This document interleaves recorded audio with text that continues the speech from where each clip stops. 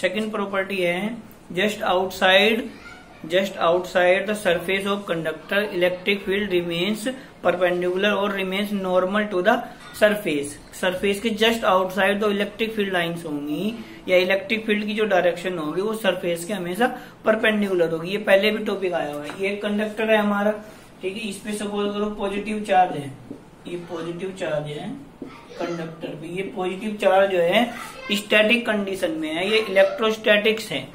अब यहाँ पे जो फील्ड है ये परपेंडिकुलर होगी ऐसे आउटसाइड, ठीक है। अगर ये परपेंडिकुलर ना हो, if electric field is not perpendicular to the surface, तो ये थीटा एंगल पे हो जाएगी, ठीक है। Then we can resolve electric field in horizontal and vertical component. If electric field is not perpendicular to the surface of conductor, then we can resolve E into horizontal and vertical component E cos theta and E sine theta, ठीक है। E cos theta act along the surface of conductor. Due to this component charge flow along the surface, but this could not happen in static condition. ये static condition में नहीं हो सकता है practically ऐसा। इसमें no current flow along the surface of conductor. It means there is no component along the surface of conductor, hence electric field lines remains normal to the surface। वो हमेशा उसके नॉर्मल रहेंगी, समझेंगे ना। if electric field lines are not normal to the surface, electric field lines act at angle theta, then we can resolve electric field into horizontal and vertical component E cos theta and E sin theta. The component as shown in diagram, the component E cos theta act along the surface of conductor. Due to this component charge flow along the surface, but this could not happen in static condition, hence electric field line remains perpendicular to the surface of conductor। इसके बाद third property है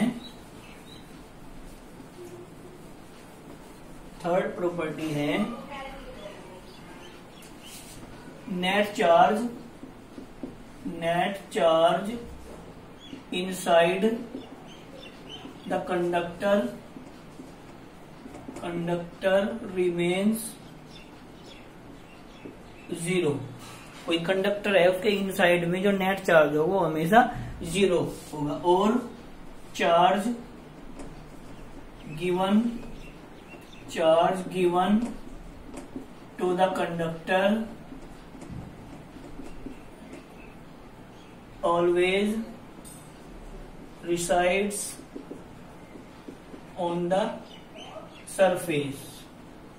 charge given to the conductor always resides on the surface. अगर हम conductor को charge देंगे तो वो surface पे ही रहेगा, उसके अंदर नहीं जाएगा, उसके वो सरफेस पे डिस्ट्रीब्यूट हो जाएगा। या चार्ज उसके इंटीरियर में जीरो होगा, उसको हमने चार्ज दिया है किसी कंडक्टर को, but inside the conductor charge is zero. It means कहाँ गया वो सरफेस पे डिस्ट्रीब्यूट हो गया। ये दोनों एक ही क्वेश्चन है, इंटीरियर में जीरो हो या charge given to the surface resides on the charge given to the conductor resides on the surface of conductor, ये दोनों एक ही बात है। ये हमारा चार्ज जो है, कोई भी हमारी कंडक्टिंग बॉडी है, ये एक इंसुलेटिंग थ्रेड या इंसुलेटिंग स्टैंड में लगी हुई होनी चाहिए। अगर वो अर्थ पे ऐसे ही रखी हुई है फिर तो जितना चार्ज लेगा वो अर्थ में ही चला जाएगा या अर्थ से वो न्यूट्रलाइज हो जाएगा। इसलिए इसको हम इंसुलेटिंग स्टैंड में लगाने के बाद ही चार्ज दे सकते हैं कंडक्टर को। अगर वो अर्थ पे है या किसी चीज से वो टच है तो वो चार्ज अर्थ में चला जाएगा या अर्थ से वो न्यूट्रलाइज हो जाएगा। ये हमारा ये इंसुलेटर हो जाएगा। अब इसको हमने चार्ज दिया है, सपोज करो प्लस क्यू चार्ज दिया है। कितना चार्ज दिया है? प्लस क्यू चार्ज हमने इसको दे दिया है, ठीक है।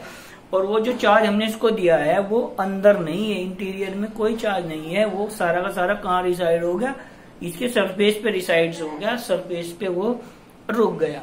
अब इसमें हम क्या करेंगे, इसके लिए just near the outer surface of the conductor draw a Gaussian surface. ये इसकी शेप कैसी भी हो सकती है, कंडक्टर की जरूरी नहीं है स्पेरिकली हो, कंडक्टर किसी भी शेप का हो चाहिए। अगर इस शेप का कंडक्टर है तो इसके अंदर हम ऐसे बना देंगे, हमारा गॉसियन सरफेस हो जाएगा, ठीक है। गॉसियन सरफेस ड्रॉ कर देंगे। और we already know that electric field inside the conductor remains zero. अभी अभी हमने फर्स्ट प्रॉपर्टी में पढ़ा है electric field inside the conductor remains zero.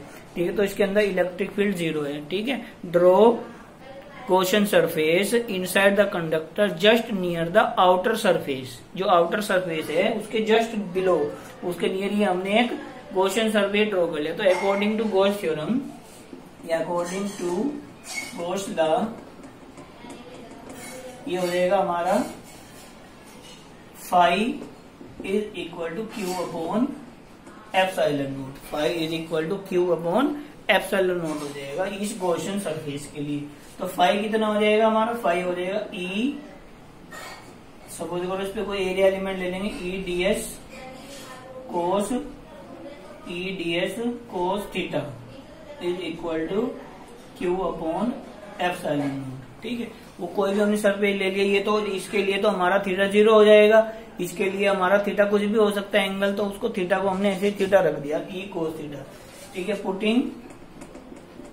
Putting E is equal to zero. बस ये मेन बात है, इसमें ई की वैल्यू हम जीरो पुट कर देंगे। तो जब यहाँ ई की वैल्यू जीरो पुट करेंगे तो ये पूरा जीरो हो जाएगा। तो ये हो जाएगा q upon epsilon naught is equal to zero और q is equal to zero. ये हमें प्रूव करना था कि ये जो हमारा गॉसियन सरफेस है उसके अंदर कोई चार्ज नहीं है। ठीक है, charge inside the Gaussian surface और charge inside the conductor is zero. Hence charge given to the conductor resides on the surface of conductor. उसको जो हमने चार्ज दिया है वो कहाँ रिसाइड्स हो गया, वो सरफेस पे रिसाइड्स हो जाएगा। समझ गए। इसके बाद है electric potential inside the conductor remains constant. Electric potential inside the conductor remains constant. कोई कंडक्टर है उसके इनसाइड में जो पोटेंशियल होगा वो जीरो नहीं होने का है, वो पोटेंशियल कांस्टेंट वैल्यू होगी जितना सरफेस पे होगा पोटेंशियल। ठीक है, ये एमसीक्यू में कई बार क्वेश्चन आया हुआ है एग्जाम में। ठीक है, कि सरफेस पे जो पोटेंशियल है वो 10 वोल्ट है किसी कंडक्टर के। ठीक है, उसकी रेडियस 10 सेंटीमीटर है। सरफेस पे जो पोटेंशियल है वो 10 वोल्ट है। ठीक है, और उसकी रेडियस 10 सेंटीमीटर है। तो उसके सेंटर से 5 सेंटीमीटर के डिस्टेंस पे उसके अंदर पोटेंशियल कितना होगा, तो उसमें हमें कुछ निकालने की जरूरत नहीं है। जितना सरफेस पे होगा 10 वोल्ट उतना ही उसके अंदर हर जगह 2 सेंटीमीटर के डिस्टेंस पे 3 सेंटीमीटर के डिस्टेंस पे भी 10 ही होगा। ठीक है, उसमें ऑप्शन में आता है 0, 10, 5 ऐसे करके, तो ज्यादातर बच्चे उसको 0 ही लगा के आते हैं। तो जितना पोटेंशियल जो होगा सरफेस पे होगा उतना ही उसके अंदर सब जगह होगा। क्यों, पोटेंशियल क्या चीज है, पोटेंशियल की पोटेंशियल एक वर्क ही तो है, work done to move a unit positive charge को मूव करने में जितना वर्क हमें करना पड़ेगा बाहर से एक्सटर्नल सोर्स से या एक्सटर्नल सोर्स को जितना वर्क करना पड़ेगा मूव कराने में चार्ज को, वो हमारा पोटेंशियल हो जाएगा। अब देखो ये कंडक्टर है, ठीक है, स्पेरिकली बनता है हर बार, इसके पास पॉजिटिव चार्ज है यहाँ पे। ठीक है, तो इस पे सरफेस पे पोटेंशियल भी होगा, हर एक पॉइंट पे सेम ही होगा। स्पेरिकल के लिए अगर इरेगुलर शेप का है तो वो डिफरेंट पोजीशन पे डिफरेंट हो जाएगा पोटेंशियल। अब ये कोई चार्ज है, इसको यहाँ से यहाँ तक लाने के लिए जितना वर्क होगा, ठीक है, और उसको यहाँ तक लाने में भी उतना ही वर्क होगा। अगर यहाँ तक वर्क उसका 10 जूल होता है 1 कूलम को लाने के लिए, तो यहाँ तक भी एक्सटर्नल सोर्स को 10 जूल ही वर्क करना पड़ेगा। क्यों, यहाँ से यहाँ तक वर्क 0 होगा, यहाँ से यहाँ तक वर्क कितना हो जाएगा, टोटल 0 हो जाएगा यहाँ से यहाँ तक, और यहाँ से यहाँ तक 10 हो जाएगा। तो टोटल कितना हो जाएगा, वर्क हमारी स्केलर क्वांटिटी है उसको प्लस कर देंगे तो टोटल यहाँ तक भी 10 जूल हो जाएगा। 10 + 0 क्यों होगा 0। अब देखो जब चार्ज सपोज करो ये पॉजिटिव चार्ज है, जब इसको हम यहाँ से यहाँ लेके आएंगे तो ये रिपल्सन होगा, ये पॉजिटिव है और ये भी पॉजिटिव है, इसको हम ऐसे लेके आ रहे हैं तो हमें इसको जबरदस्ती लेके आना पड़ेगा, रिपल्सन होगा, उस रिपल्सन के अगेंस्ट हमें वर्क करना पड़ेगा। उसके बाद जब ये चार्ज यहाँ पे आ जाएगा पॉजिटिव, तो इनके बीच में क्या होगा, रिपल्सन होगा, फिर हमें वर्क करने की जरूरत नहीं है। फिर ये वाला जो चार्ज है ये वर्क करेगा, ये अपने आप इसको रिपेल करके आगे भेज देगा। इसलिए एक्सटर्नल सोर्स ने जो वर्क किया है वो 0 होगा। ये वाला जो वर्क करेगा ये तो वर्क करेगा, लेकिन वो पोटेंशियल में काउंट नहीं होता है। पोटेंशियल में काउंट वो होता है जो एक्सटर्नल सोर्स जितना वर्क करता है वो हमारा काउंट होगा। पोटेंशियल में, ठीक है। तो इसलिए जितना वर्क यहाँ तक होगा उतना ही वर्क यहाँ तक होगा, तो इसके इंटीरियर में पोटेंशियल उतना ही होगा, वर्क उतना ही होगा जितना सरफेस तक। हमें सिर्फ सरफेस तक वर्क करना पड़ेगा, आगे ये सिस्टम अपने आप वर्क कर देगा, वो हमें वर्क नहीं करना पड़ेगा एक्सटर्नल सोर्स को, इसलिए वो कांस्टेंट होता है। इसलिए वो उसमें ऐड करके, जैसे ये 10 है तो आगे ये 10 और पॉइंट पे ये 10 होगा। इसको हम मैथमेटिकली भी प्रूव कर सकते हैं। मैथमेटिकली हम ऐसे प्रूव करेंगे, ई का और वी का रिलेशन होता है E equal to minus dv upon dr। इसको हम लिख सकते हैं minus dv is equal to E dr और dv is equal to minus E dr। अब इसका इंटीग्रेशन कर देंगे, integrating both side, integrating both side का इंटीग्रेशन कर देंगे, तो dv is equal to minus E dr। तो जब हम इंटीग्रेशन करते हैं, ये बाद में पता लगेगा, तो एक कांस्टेंट हम साथ में जोड़ देते हैं। जब भी हम इंटीग्रेशन करते हैं तो साथ में एक कांस्टेंट जोड़ते हैं। अब देखो E कितना होगा कंडक्टर के इंटीरियर में, अभी 2 बार हम बता चुके हैं, उसके इंटीरियर में E कितना होगा, 0 हो जाएगा। और dv का इंटीग्रेशन कितना हो जाएगा, v, और E की वैल्यू हमारी 0 हो जाएगी, तो minus 0 into dr plus constant, तो ये हमारा कितना आ जाएगा, 0 आ जाएगा। तो v is equal to constant आ जाएगा, v is equal to interior के लिए हमने E की वैल्यू पुट कर दी। तो जिस जगह पे, जिस पॉइंट पे हमें v फाइंड करना हो, तो उस पॉइंट पे E पता होना चाहिए, तो E से हम v फाइंड कर सकते हैं। तो E की वैल्यू अगर हम पुट कर देंगे तो v की वैल्यू आ जाएगी हमारे पास, समझिए ना। अगर किसी पॉइंट पे हमें v फाइंड करना है और उस पॉइंट पे हमें E की वैल्यू पता है, तो उसका इंटीग्रेशन करके ऐसे इसमें वैल्यू पुट करके E dr हम v फाइंड कर सकते हैं। अब हमें इसके इंटीरियर में v फाइंड करना है, तो इंटीरियर में E की वैल्यू कितनी होगी, 0, तो वो E की वैल्यू पुट कर दी। अगर मान लो सरफेस पे हमें फाइंड करना हो, तो सरफेस पे E 0 नहीं होगा, सरफेस पे जितना E होगा उतना हम इसमें पुट कर सकते हैं, समझ गए ना। तो इसमें v की वैल्यू आ जाएगी। इसके बाद नेक्स्ट टॉपिक है, बहुत इंपॉर्टेंट टॉपिक है, नंबर 5। नंबर 5 हमारा आ जाएगा, हमें इलेक्ट्रिक फील्ड फाइंड करनी है। Electric field at the surface of conductor, ठीक है। Electric field at the surface of conductor, वो जो हमारा कंडक्टर है वो रेगुलर शेप का भी हो सकता है, इरेगुलर शेप का भी हो सकता है, किसी भी शेप का हो, ठीक है। तो सपोज करो ये हमारे पास कंडक्टर है, इरेगुलर शेप का है, तो इसके हर एक पॉइंट पे जो चार्ज डेंसिटी होगी वो भी डिफरेंट होगी, क्योंकि चार्ज डेंसिटी होती है चार्ज पर यूनिट एरिया। तो अलग अलग पॉइंट पे एरिया इसका रीजन, मान सपोज करो यहाँ से यहाँ तक ये 5 सेंटीमीटर है, इसका एरिया अलग होगा। उसके बाद यहाँ से यहाँ तक ये 5 सेंटीमीटर, इसका एरिया अलग होगा। तो एरिया अलग होने की वजह से इस पे जो चार्ज डेंसिटी है वो डिफरेंट होगी हर एक पॉइंट पे। अगर ये रेगुलर शेप का है, स्पेरिकल है या कोई प्लेन सरफेस है, तो फिर चार्ज डेंसिटी सब जगह सेम होगी।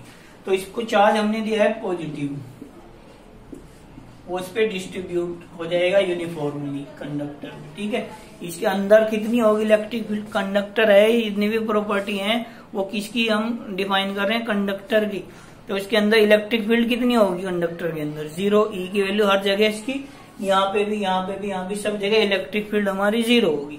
अब सपोज करो ये कोई पॉइंट है, यहाँ पे सरफेस चार्ज डेंसिटी है सिग्मा, किसी एक पॉइंट पे, पर्टिकुलर पॉइंट पे अगर हमें सिग्मा पता होगा तो उसके नियर अबाउट हम इलेक्ट्रिक फील्ड फाइंड कर सकते हैं उसके सरफेस पे।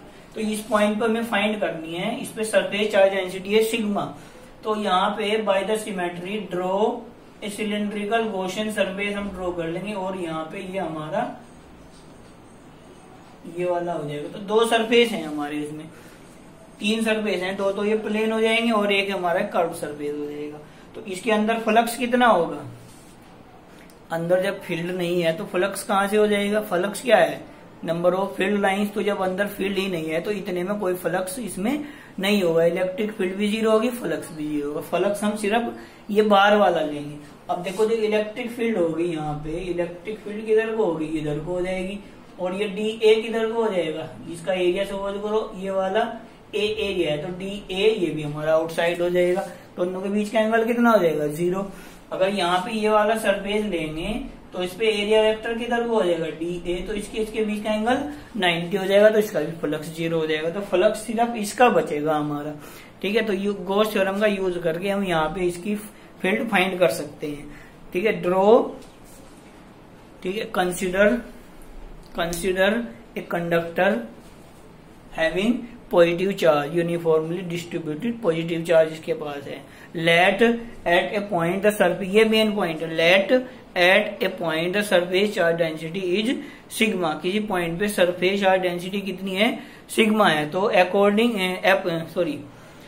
Bye the symmetry draw cylindrical Gaussian surface near that point, उस पॉइंट के नियर अबाउट हिम हम एक सिलेंड्रिकल गॉसियन सरफेस ड्रॉ कर लेंगे, ठीक है। Let the surface charge density at a point is sigma, draw cylindrical Gaussian surface near the point as shown in diagram. अब इसमें हम फ्लक्स निकाल लेंगे, इसका फाई इज इक्वल टू हो जाएगा हमारा ई डी ए कोस 0 हो जाएगा, ई डी ए कोस 0, कोस 0 की वैल्यू 1 हो जाएगी, तो फाई इज इक्वल टू हमारा हो जाएगा ई डी ए, ये इक्वेशन हमारी फर्स्ट हो जाएगी। इसका एरिया भी हमने डी ए सपोज किया हुआ है। अब अकॉर्डिंग टू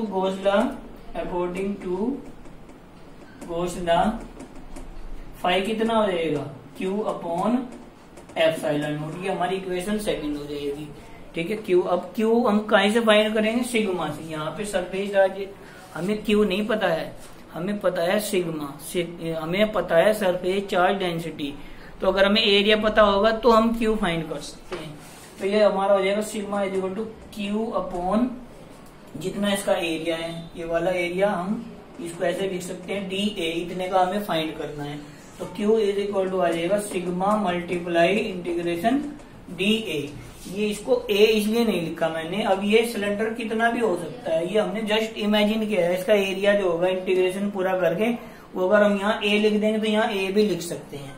तो ये क्यू की वैल्यू यहाँ पुट कर देंगे, तो ये आ जाएगी यहाँ पे phi is equal to sigma D A upon epsilon naught. ये हमारी इक्वेशन थर्ड हो जाएगी। फर्स्ट को और थर्ड को इक्वेट करा देंगे हम, ठीक है। ये जो हमारा इंटीग्रेशन डी ए है, इसको हम ए भी लिख सकते हैं, वो हमारा कैंसिल हो जाएगा।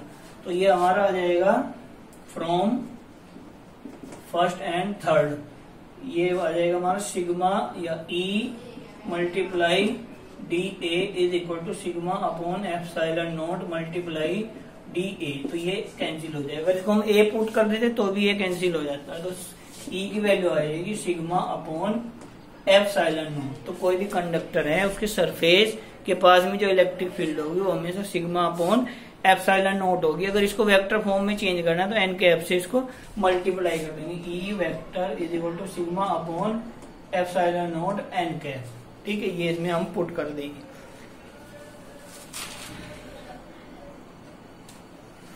इन सब का जो यूज है, हमने बताया कि ये कंडक्टर है, उसके कंडक्टर, ये कंडक्टर है ये वाला, इसके अंदर इलेक्ट्रिक फील्ड कितनी होगी, 0 होगी। तो जब इसके अंदर इलेक्ट्रिक फील्ड 0 होगी तो इलेक्ट्रिक जो इफेक्ट होगा इसके अंदर वो भी क्या होगा, 0 होगा। जो इलेक्ट्रिक इन्फ्लुएंस है वो भी कितना होगा, 0 होगा। तो इन सब का हम एप्लीकेशन करेंगे आगे जाके इलेक्ट्रोस्टैटिक शील्डिंग में। किसी रीजन को अगर हमें प्रोटेक्ट करना है तो उसको हम मेटल के बॉक्स में हम बंद कर देंगे। तो जब मेटल का बॉक्स होगा उसके अंदर इलेक्ट्रिक इन्फ्लुएंस कितना होगा, 0 होगा। इलेक्ट्रिक फील्ड कितने होगा, 0 होगा। तो उसको प्रोटेक्ट करने का जो मेथड होगा उसी को हम आगे बोलेंगे जाके इलेक्ट्रोस्टैटिक शील्डिंग।